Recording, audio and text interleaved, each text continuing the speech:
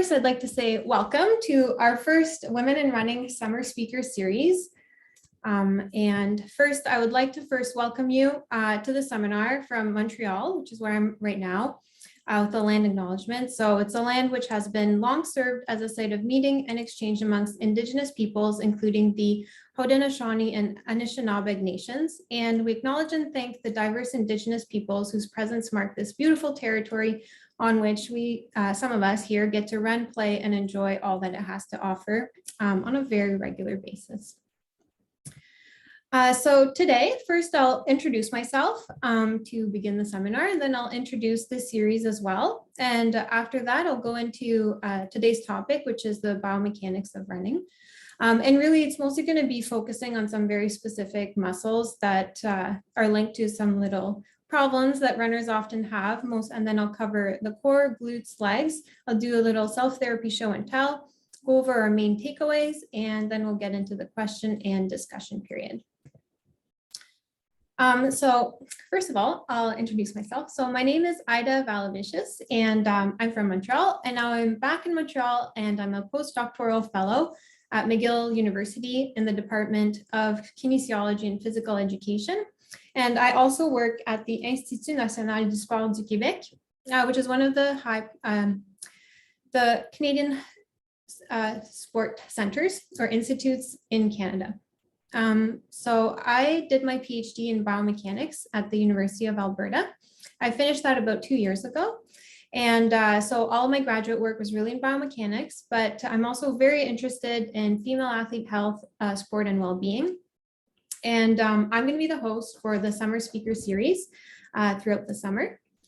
A little bit more about me, I guess, to get to know me. So I ran both as a martlet at McGill in my undergrad and then as a panda at the U of A during my PhD. Now, certainly after no races during COVID and spotty training, I'm a lot more of a regular runner and cyclist now. And also another fun thing about me, big part of my life for the last decade already, is my little bestie, which is my cute little dog, Daisy, which I'm sure you'll see often because she usually just rests on the daybed behind of me when I'm in my office. Yeah, so that's a little bit about me.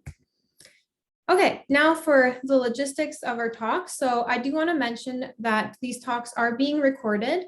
A lot of people reached out and sometimes the time and date just doesn't work out for them. So they will all be recorded and then they will be posted. So you can go back to them to look at the different resources, or they can be also shared and people who couldn't make it can also catch up on the different seminars. So yeah, ideally, please stay muted during the talk. You can use the chat at any point for questions during the talk as well as the question period. And if you'd like to be unmuted, you can raise your hand, and that should show up in my little icon on the side, and I should be able to see that. And then during the question period, you'll be able to unmute yourself and ask questions, or also ask questions in the chat. Also, I would love the question and discussion period to be as interactive as possible. So if you feel comfortable and you want to turn on your camera, that would be great, but if not, that's totally okay as well. Totally up to you. Yeah, so that's kind of the logistics around it. Okay, next slide. Okay, so now this is a really exciting part, which I'm really excited about, and is really introducing all the rest of the speakers for the summer speaker series. So we have a lot of great women who are awesome. A lot of them are my friends. So I'm really excited to introduce all of them. So in 2 weeks for our next talk, we will have Dr. Amber Moswich, who's a professor at the University of Alberta. She's a sports psychology researcher, and her talk, I already have the title, will be called Refining Your Edge and Supporting Yourself in Sport, the Role of Mental Preparation. After that, we will have Dr. Charlotte Usselman from McGill University. She's one of very few researchers who actually looks at the effect of sex hormones, so estrogen and progesterone, on the cardiovascular system, and she will talk about the menstrual cycle and the effect of hormones on the cardiovascular system. Next, we will have Dr. Danielle Teal, who's a family med resident. She's based in Alberta, and she will talk more about the logistics of training around your menstrual cycle. After that, we have Jessica O'Connell, who is an Olympian in the 5,000 meters. She's also based out of Alberta, and she's an exercise physiologist, and she will talk about strength and conditioning specifically for female runners. Okay, and then our 4 last talks, we will have one on nutrition by Chloé Florent-Grégoire, who just finished running at McGill, and she's a registered dietitian. That will be followed by a speaker from Dr. Jenna Gibbs's lab at McGill. Their lab researches relative energy deficiency in sport, low energy availability, as well as bone health.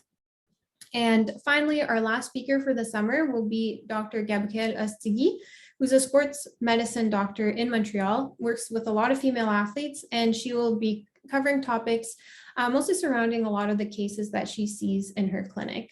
For example, like a lot of iron deficiencies and other things that are quite targeted to female athletes.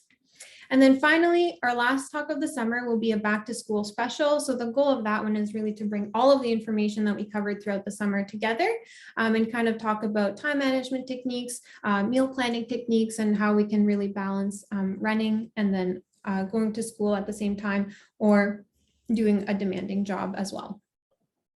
Okay.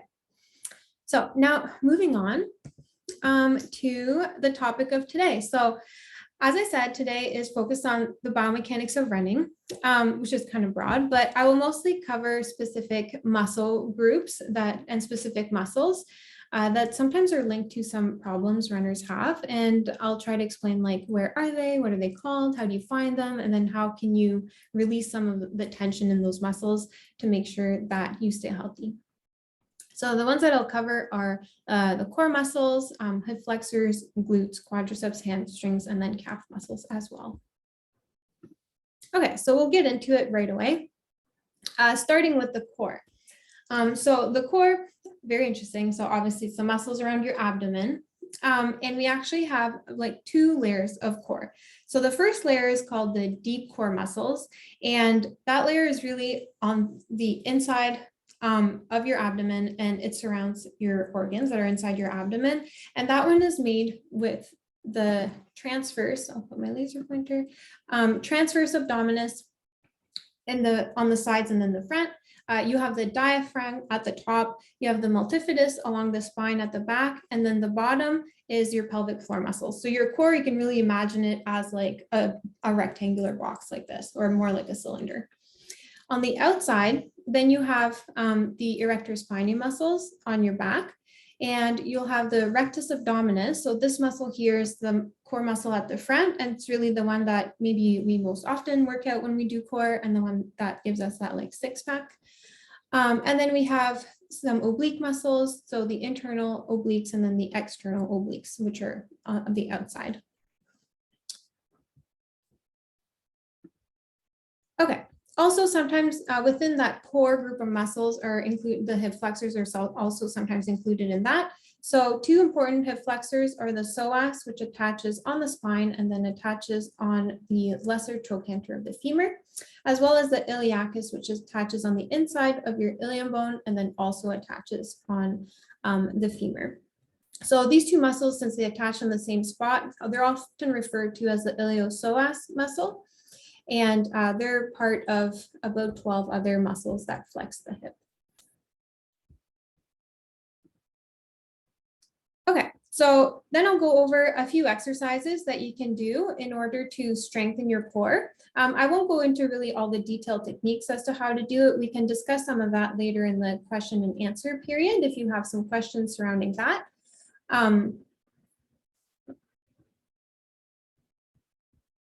Just need to try and admit someone.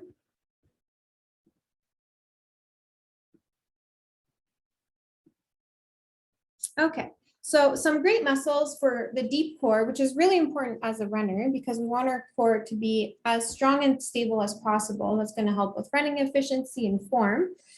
So these 4 exercises here are really great to engage most of that transverse abdominis muscle. So for example, tabletop leg press, dead bug is another great exercise that engages a lot of the core muscles. Forearm plank, which we're really familiar with, which I'm sure most of us are quite familiar with. one thing that's really important with the forearm plank is that you want to make sure that you create a straight line between your shoulders and your heels. So you want to really always squeeze your entire core, glutes, quads, and then tuck your butt under as well. And then finally, hip dip is another great exercise. So it's a more advanced exercise than the forearm plank where you just rotate your hips side to side. And then there's a few exercises here that I added that are great for superficial core. And these exercises don't just isolate one muscle, but they really engage several of the muscles within our core. So for example, bicycle crunch, single leg jackknife, Russian twists, and then high boat to low boat are also great exercises that'll engage a lot of your rectus abdominis, your obliques, as well as your hip flexors.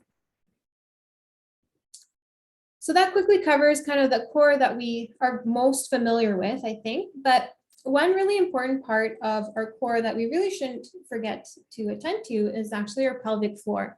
And it's really important for female athletes, especially, to look to, address issues with our pelvic floor, or even just make sure that it is strong. Because even though maybe like some of us are nowhere near thinking about having a baby, there's still a very high prevalence of stress urinary incontinence amongst female athletes in a variety of sports. So stress urinary incontinence is urinary incontinence that's really due to more like impacts. So for example, like sneezing or like jumping, laughing. So under those kinds of situations. And in the literature, it's actually been quite established that the rates of SUIs are very high amongst female athletes. So there's a few like meta-analyses that have been done on very large sample sizes. So one looking at 7,500 women of all ages, so between 12 and 69, they found that in female athletes, the rate of SUIs was about 10% higher than non-athletes. So 34 versus 24. And then in another systematic review that looked at mostly younger athletes, they found prevalence rates ranging anywhere from 18% to 80%, depending on the sport. So the sport with about 80% prevalence is trampoline. So, and then other sports like gymnastics, rhythmic gymnastics, volleyball are very high impact sports, have very high rates. And that's in women who haven't had a baby. And then in athletics, the rates in the literature that have been reported are about 18.2%. So it is a lower impact sport. However, 18.2% really does equate to almost 1 out of 5 women may be having problems. The good news is that doing pelvic floor exercises can really address any of those issues. So whether you have them or you don't, it's just very important to start thinking about your pelvic floor quite early. So the first way to kind of think about your pelvic floor is to learn how to engage it by squeezing those muscles and engaging those muscles. So you can do short squeezes and then move up to long squeezes. And kind of when you're thinking about engaging those muscles, a good way to think about it is like if you're going to the bathroom and you're peeing and then you want to midway stop your pee, you shouldn't do that. But if you want to do that, that would be like how you'd be contracting that lower pelvic floor. And then you can progress to a few other types of exercises. So for example, squats or bridge positions. And then you can see on the picture here up top, there's a few other images of exercises that you can do. So when you do those exercises, you want to take a deep breath, engage your pelvic floor, and then go into that movement. And as any other muscle group, once you've exercised the muscle, it's really good to relax it and stretch it. So then here on the image below here, there's just a few pictures of great stretches that will help relax the pelvic floor. For example, child's pose, happy baby, yogi squat, or sphinx pose. And I have all the references to, or all the links to where I got all of these resources, and those will be shared as well. So you'll be able to reference everything that I said at the end of the presentation as well. Okay, moving on. Okay, so now we covered 3 of the areas of the, pelvic floor: front, side, and bottom. And now we shouldn't also forget our back of our core, so our posterior chain. That's made up of our calf muscles, hamstrings, gluteal muscles, and back muscles. So great exercises to engage those muscles is a reverse plank. If you want a little bit more of a challenge, you can do a reverse plank on your elbows. And that's pretty difficult. You really have to make sure you drive your hips forward, upwards, and really engage your glutes and your hamstrings and your back muscles. A bridge pose is also a really good idea. And then bird dog is another exercise where now you're in tabletop position and you can lift one leg and the opposite arm. Okay, so that kind of covers our core. And we're moving down to now talk about our gluteal muscles. So I'll mostly focus, just bring up 4 important muscles and then focus more specifically on 2. So the gluteus maximus, which we can see over here. Get my pointer. This is one of the biggest, it's the biggest muscle that we have in our body. And then there's 2 other gluteal muscles, the minimus, which is the deepest one, and the medius, which is on top of it. And then another muscle that is also important, which I will talk about today, is the tensor fasciae latae, which is more anterior on your hip. Okay, so the first thing that we need to do to really learn about those muscles, I think, is to understand where they are in our bodies, especially as runners. We will often want to release those muscles. And the best way to find those different muscles is to know where some of our bony landmarks are. So on our pelvis, this is an anterior view and this is a posterior view.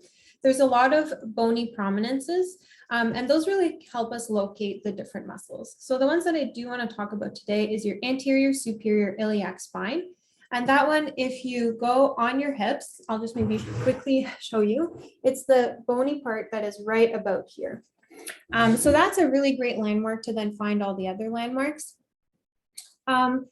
And then the next one is the iliac crest. So if you're at your anterior superior iliac spine, and then you just move your fingers along your bone of your hip, your ilium, you'll get to the top of it, and that's called the iliac crest. And then if you keep following the ridge of that bone like this, then you get to another little prominence, and that's called the posterior superior iliac spine. Another important bony prominence is your ischial tuberosity, which is at the bottom of your pelvis here, and that one is also commonly called the sit bone. Okay, so we'll use some of these landmarks to now locate some of these muscles. So we'll start by looking at the gluteus medius. So this muscle attaches from the front of your pelvis, so your ASIS, and spans pretty much all of your ilium and attaches almost at the back near your PSIS. And then these fibers run downwards and they all attach to the greater trochanter of your femur. And that bony landmark is the one when you're standing and you feel like a hard part on your hip. So right about here. So this would be your greater trochanter. So knowing those landmarks and where this muscle attaches and inserts, you can kind of visualize on your body where that muscle is. And the gluteus medius is especially important for runners because it's a pelvic stabilization muscle, meaning that it's the muscle that is responsible for keeping your pelvis, as you can see here, in a straight line or level while you're in a single leg stance, standing on one leg. And for running, that's super important because running is essentially a single leg stance sport. You're always on one leg. So if you have a weak gluteus medius, what can happen is that then you will have increased adduction of your femur, which means it's going to be closer to the midline of your pelvis, and the opposite hip of your swing leg is going to drop. And that causes a misalignment in the leg that you are standing on and can lead to a handful of different issues. One of the problems it causes is increased valgus of the knee. So you can see here now the knee is pointing inwards instead of being more straight. Okay, then the tensor fasciae latae, that's another little important muscle that often gets tight in runners. So that one, the best way to find it is if you find your iliac, your ASIS, and then you put your finger just a little bit behind it and you push really hard. It might feel quite tight. For me, it's definitely quite tight. And that's your tensor fasciae latae. And this little muscle, it attaches into the iliotract band, which is known as your IT band, which attaches on the outside of your knee. So often runners might get a tight IT band. So if you do get that, then you can try and release your TFL muscle.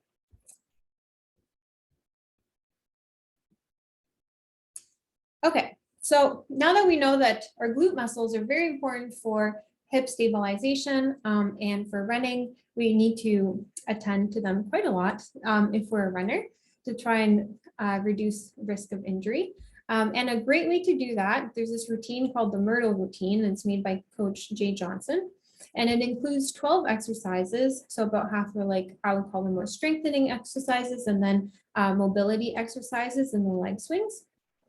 And includes things like a lot of clamshells, leg raises, donkey kicks, fire hydrants, and then leg swings in all sorts of directions.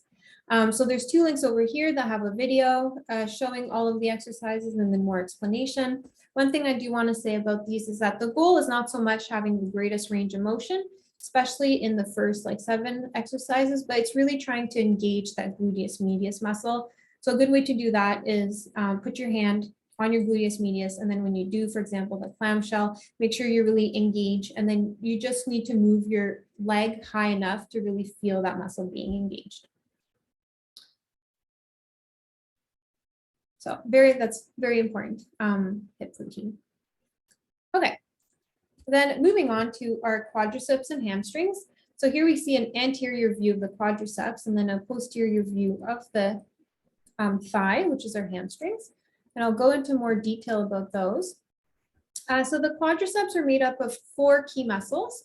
And one of the longest one, the rectus femoris, attaches in our superior inferior iliac spine. So I didn't show you where that one was, but it is below the ASIS.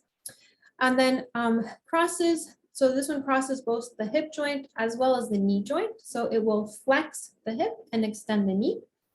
And then you have 3 vastus muscles, the vastus lateralis on the outside of your leg, vastus intermedius right in the middle of your leg, and medialis on the inside of your leg. And all of these 4 muscles attach into the same tendon that goes over your patella, and which is the little bone in the front of your knee, and attaches right below that on your tibia. And a reason why these muscles are important for runners is that if there's sometimes the vastus medialis and lateralis are around the patella, and any sort of imbalances in the 2 can track the patella to one side or the other, any sort of tension in them. So, and that can sometimes lead to patellofemoral pain syndrome, which is a common symptom experienced by runners as well. Another thing I wanted to mention is that the vastus lateralis and intermedius lie underneath your IT band. So sometimes if you feel that your IT band might feel tight, it's also very good to roll out or to try and stretch those quad muscles, because it might not just be your TFL that's tight, but also your quads. Okay, moving on to the hamstrings. So the hamstrings are made up of 3 muscles with 4 heads. So you have a biceps femoris, which has a long head and a short head. The short head only attaches to the femur and then crosses the knee.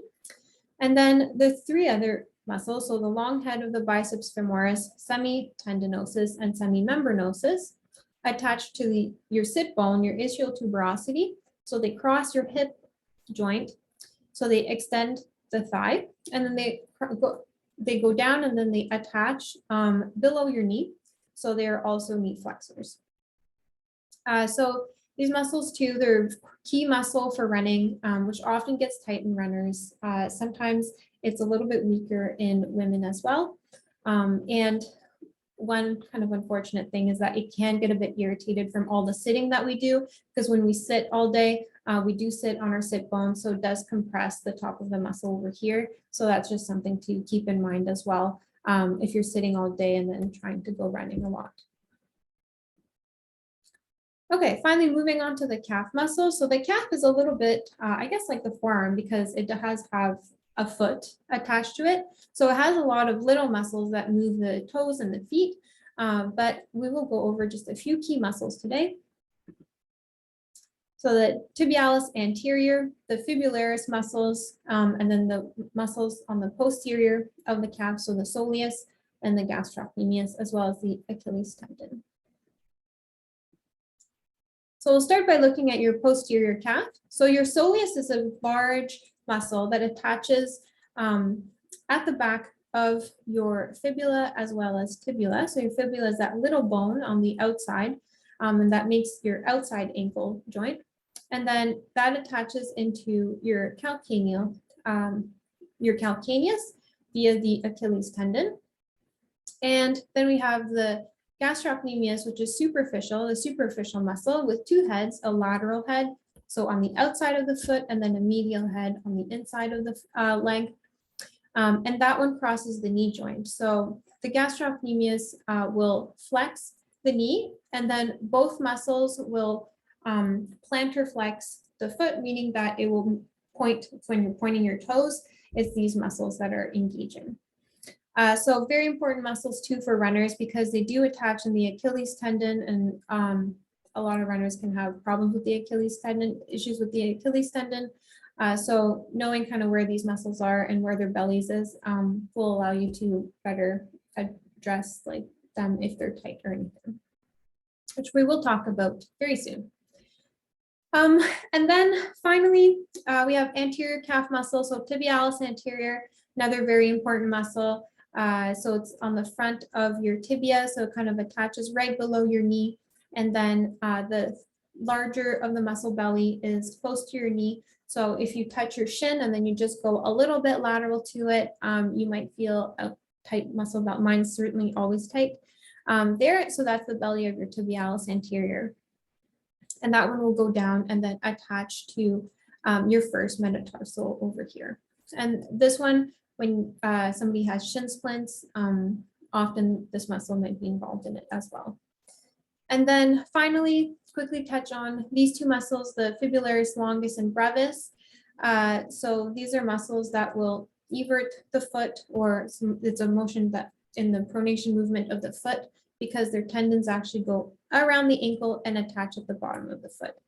And one thing I want to mention about these, I guess, calf muscles is sometimes if you feel something in the foot, maybe some tension, it could be that, or like down here, these tendons could be a little bit tight, but know that the muscle belly is actually quite high up in your calf. So if you're looking to roll something out, make sure that you don't forget to roll the muscle belly of these muscles, which are quite a lot higher than where the tendons actually are. Okay, so that covers our little anatomy crash course. I know it definitely was quick, and we covered a very few muscles, but now we'll talk about how can we actually do some self-therapy on them. So I have a little self-therapy show and tell here. So I have a roller. So this is, pretty standard roller, and this is great for any like large muscles and when you're starting self-therapy. Another great roller is something like this, a hand roller. So this one is really awesome for, I find, like your calf muscles. And you can, you don't have to like roll on top of it, but you can move the roller on top of your muscle as opposed to the other one. So this one is really great. And you can move it in all directions too. So quite like this one. After that, I have a few balls. So balls are great for in your feet, and then I'll show you a bunch of different ways you can use a lacrosse ball. So I know they sell like these really nice therapy balls in some places, but honestly, like a lacrosse ball for a few dollars at like Sport Check or Sports Experts are going to do the job just fine. And then having these little bands of different colors and sizes is really great. So they're all the different colors with different tensions. You can have long ones and then you can have shorter ones. And these are great for just adding a little bit of resistance if you're doing exercises like the clamshells or leg raises. So once you become habituated and you need a little bit of extra resistance, then these bands are awesome for that. Finally, I don't have all of everything in the picture, but massage guns, those are great for really getting into any little muscles. That's quite I call it maybe a bit more of a passive tool. You can just sit on the couch, watch Netflix, and use your massage gun. So that's awesome. And then on this picture here, I have this board. So I do have one. I don't have it with me in Montreal, but it's about this big. And this is really great to get into like bigger muscle bellies, like your hamstrings. And then different types of balls are good also for your feet and such. Okay, so moving on to, well, how can we use these different things? So let's start with your glute muscle. So I did mention that the glute medius can get really tight as a runner. So it's important to pay a lot of attention to that one. And there's different ways to roll it. So you can just sit on the roller like in the picture above. But if you want a little bit of extra, I guess, release, you can put your foot on top of your knee, and that really just will create a bit more pressure on that muscle. And you can also use a ball to get into the gluteus medius and here the TFL muscle. If you're not used to doing self-therapy, I definitely maybe start a little bit more conservatively, so maybe on a roller, because this will create a lot of pressure on the muscle, certainly. And then for the TFL, because it is a little bit more anterior, then a great way to do it is like this, and it is to lie on top of the ball.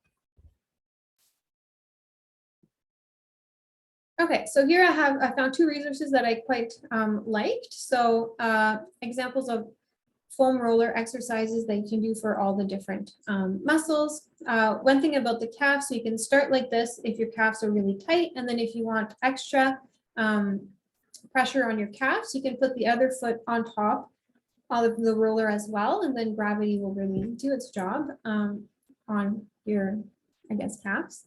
That works really well. And then here are a bunch of different images of how you can just use a tennis ball. So a tennis ball is going to be quite soft. So also if you're just beginning your self-therapy journey, or if your muscles are really tight, selecting a softer ball is going to feel better. A lacrosse ball is very hard. So if you only have a hard ball, a very good strategy to do to progress into lying on top of it is actually to put the ball, like in these images over here, against a wall, and then just lean against that ball. And you can then move your body around, or you can, let's say in this position, you can flex and extend at your hip, and that will just move the ball within that muscle.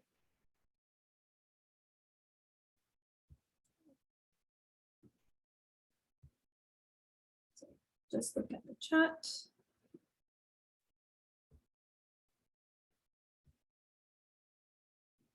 Okay. I will get to your question, Marianne, very shortly.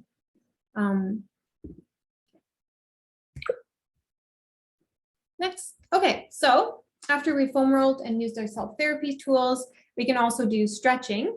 One woman that I love to follow, her name is Amanda Bisk on Instagram, and she used to be a pole vaulter in Australia. And she has a great platform, which is like so many different stretching ideas, and a lot of them are targeted towards runners as well. So here's just a few examples, just looking for my mouse. So definitely calf stretches, and then hamstring stretches. And then these are a few of my favorite stretches for the glutes as a runner. They really target your glutes really well. And then she has a lot of examples here of hip flexor stretches, and then adductor muscle stretches, and then a variation of stretches for the hamstrings. And online, there's also a lot of other different stretching routines as well, but I quite like what she produces. And then finally, too, there's a lot of resources for yoga for runners online as well. So I'll just share some of my favorite things that the ones that I use, and then some of my favorite things that I found. So this infographic I thought was really awesome poses for runners, and really target some of those key areas. And a lot of these specific like yoga for runners things online are really going to target a lot of your hips, hip flexors, hamstrings, calves. So they're really great options for that. My favorite stretch is definitely the cow face fold.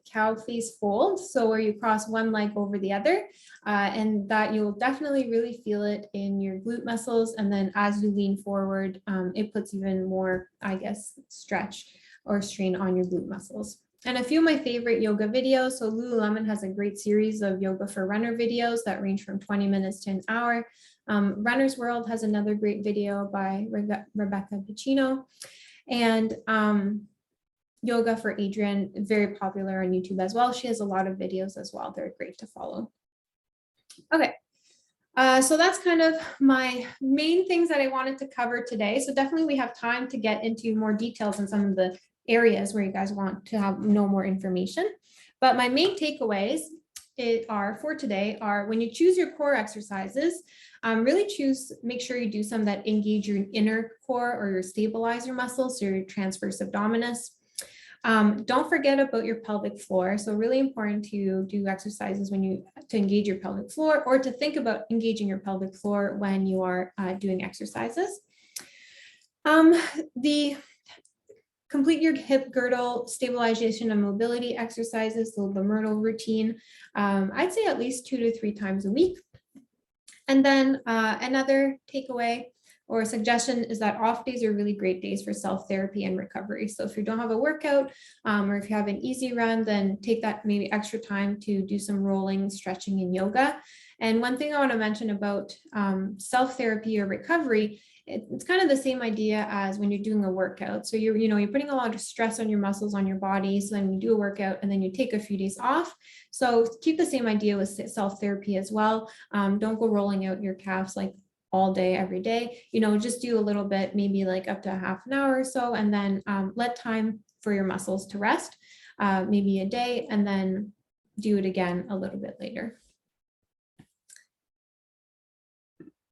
Okay, and then this is just a page of all the resources, or where I found all of my resources in my presentation. So I'll share that after the talk, so you can have access to these and then return to them and use them at home.